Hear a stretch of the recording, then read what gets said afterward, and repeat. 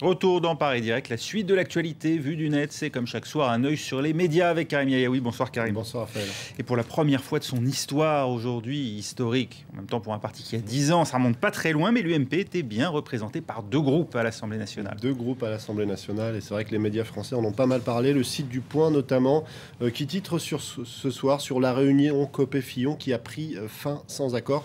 Et en fait, sur cette page du Point, on s'aperçoit qu'on a quasiment suivi heure par heure le déroulé de cette journée, notamment par exemple à 15h07, répondant à une question de Christian Jacob sur Florange, le Premier ministre s'est permis d'ironiser. Monsieur le président du groupe UMP, c'est ça, avec beaucoup d'ironie. Et puis le site de la radio Europe 1 essaie de nous expliquer un peu finalement ce que ça va changer pour le rump de François Fillon. Alors en tant que président d'un groupe parlementaire de 72 élus, il aura son propre temps de parole, il aura aussi de nombreuses prérogatives, le droit à un chauffeur par exemple, mais surtout une équipe de collaborateurs qui sera rémunérée par le rump, mais dont les fonds nécessaires aux embauches seront fournis par l'Assemblée nationale.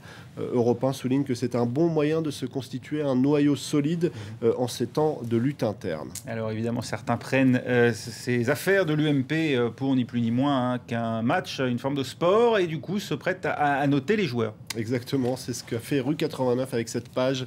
Les bleus d'un côté, les rouges de l'autre, et quand on clique dessus, eh bien, on voit apparaître l'ensemble des formations de chaque côté, les bleus de Jean-François Copé et les rouges de François Fillon. Alors, le très gros score de Patrice Gélard, inconnu jusqu'à il y a peu. Excellent score de Patrice Gélard, mais qui a fini très fatigué à la fin du match.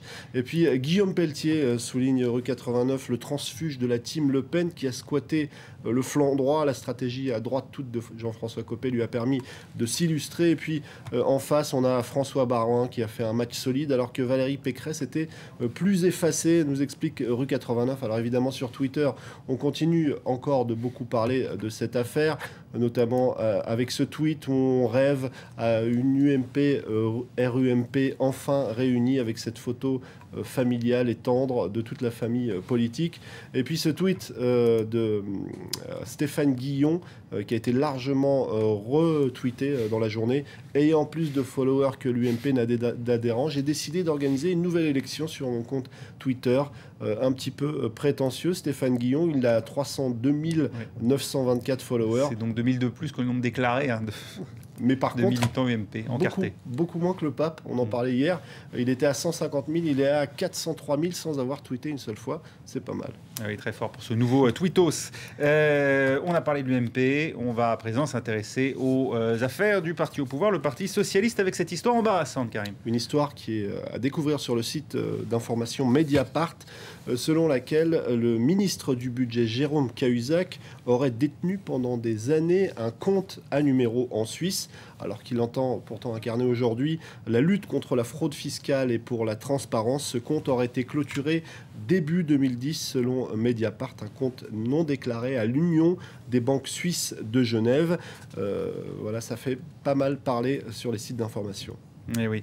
On évoque cette photo de DSK à présent qui n'est pas passée inaperçue. On va en parler, mais on va continuer un tout petit peu sur Jérôme Cahuzac, sur le fait que Mediapart est prise à partie par Jérôme Cahuzac. Je vais vous montrer son compte Twitter. Le voici. Il a très vivement réagi à ces accusations de Mediapart. Il dit « Je ne sais pas de quoi il est question. Je n'ai jamais eu de compte en Suisse ou ailleurs. C'est simplement ahurissant. » Il ajoute « Je poursuivrai tous ceux qui reprendront cette calomnie gravement diffamatoire et qui porte atteinte à mon honneur, y compris ici », sans doute comprendre sur Twitter. Une très vive réaction. Le site de l'Express souligne que Jérôme Cahuzac a très rapidement prévenu Jean-Marc Ayrault que cet article allait paraître.